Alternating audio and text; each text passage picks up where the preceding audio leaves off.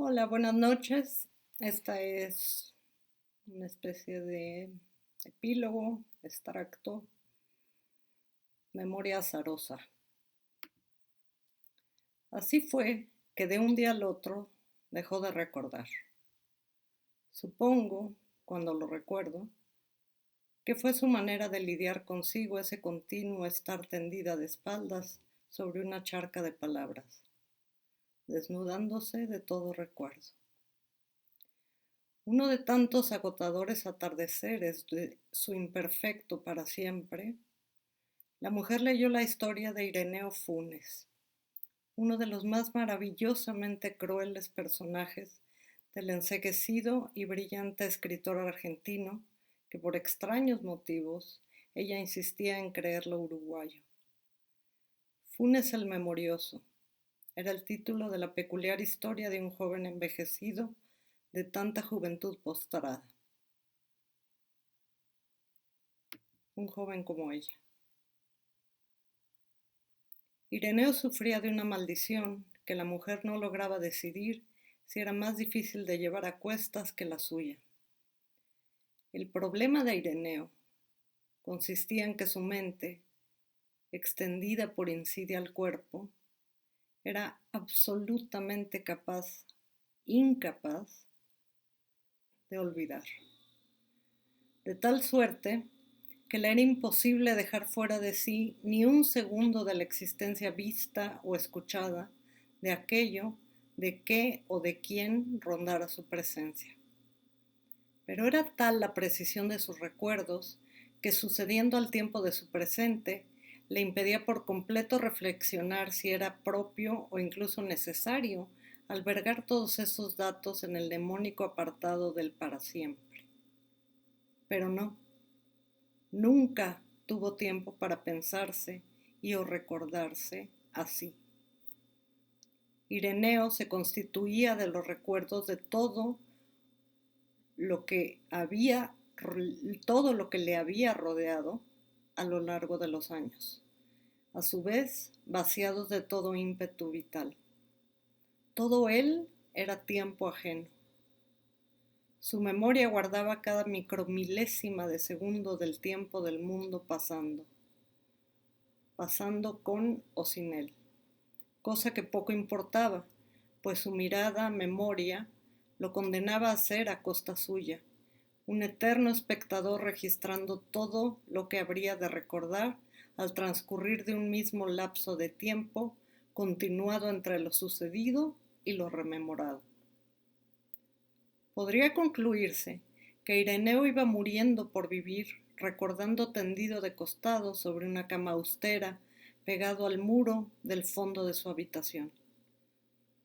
Reconocida en las implicaciones más íntimas y frustrantes de tal postura, la mujer sabía que Ireneo no vivía recordando, sino que pasaba sus días dando la espalda a su propia existencia, cuando incapaz de deshacerse en la edición de sus propias memorias. Vivía, pues, sin tiempo para recordar las razones, si acaso reconocibles, de su condena. Con cierta frecuencia, la mujer reparaba en ello, no sin el sarcasmo convocable atascado en la garganta. A pesar de partir de extremos opuestos, ambas condiciones de vida, con o sin memorias, se hacían evidentes como preámbulo de una misma muerte invisible pero asegurada. Un estado de defunción colgada lentamente, garantizable. Ireneo habría de morir ahí, tendido de costado, ahogado de recuerdos innecesarios.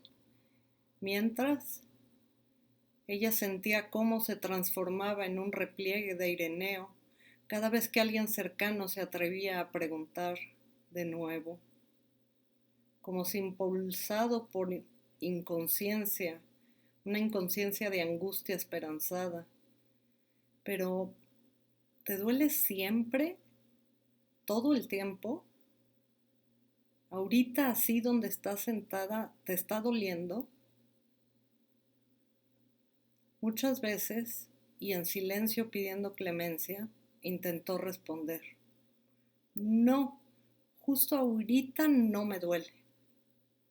Queriendo hacer suya toda esa esperanza que alumbraba de fondo la imprudente pregunta de quienes se niegan a reconocer los aberrantes alcances del dolor crónico. Desafortunadamente la mujer no sabía mentir, y con los años llegó a un grado de hastío tal ante las preguntas sin amable respuesta y las miradas ensombrecidas de incómodo silencio que no, nunca más lo intentó. Sí, me duele todo el tiempo. En las tardes con buen sol, cuando habían ya pasado las urgencias del día bien o mal resueltas, le gustaba pensar que Ireneo la pudo haber conocido algún día en ese pueblo suyo junto al mar y en una esquina, un pueblo de frontera. Inmersa en el encuentro imaginado, se preguntaba qué de ella hubiera recordado Ireneo. ¿Sería la voz que recuerda todavía su ser joven, atrapada en el cuerpo de una mujer escondida de amargura por un dolor invisible? O quizá hubiera sido posible, ante la infinitud de su memoria, que de haberla conocido, el pobre Ireneo pudiera llegar a recordar incluso el tenor de su dolor. ¿Se imagina? ¿Se imagina esta posibilidad por querer convencerse de que para él, ya hecho de tiempo de otros, sería por entero palpable la cronicidad vibrada sobre su piel todavía, pero atizada por varios frentes entre tremores, punzadas, involuntarios temblores, imposibilitada para esconderse de ellos o en ellos? Confesiones dadas a una mirada escucha, atenta como la de Ireneo. Si tan solo por andar vestida de orgullo con un elegante bastón, por completo fuera de época, edad, apariencia, estoy segura que, de conocerme, Ireneo podría cargar la mitad de mi dolor. La mujer sabía bien que la mitad de su dolor dependía de la memoria. Por eso se había empeñado y conseguido olvidar casi todo lo que tuviera que ver con la memoria de uno hacia adentro.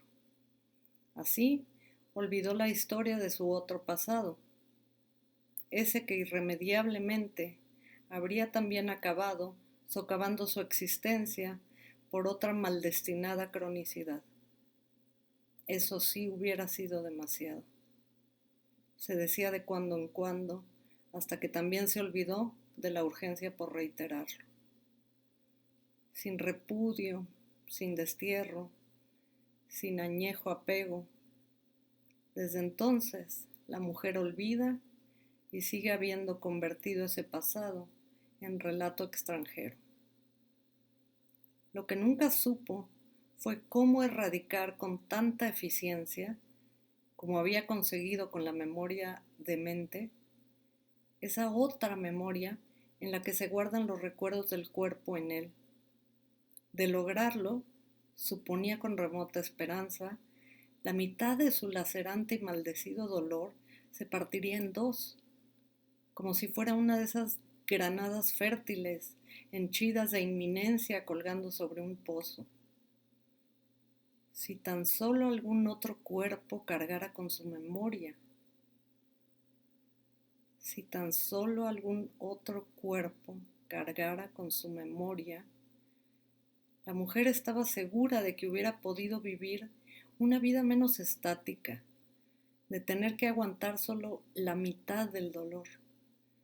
Si Ireneo se diera por recordarla, una de las dos mitades de sus propios días, si tan solo. Una mujer sin memoria se haría con la otra mitad del tiempo dado al recuerdo de su propia extranjería. Una historia mucho más ligera. Buenas noches.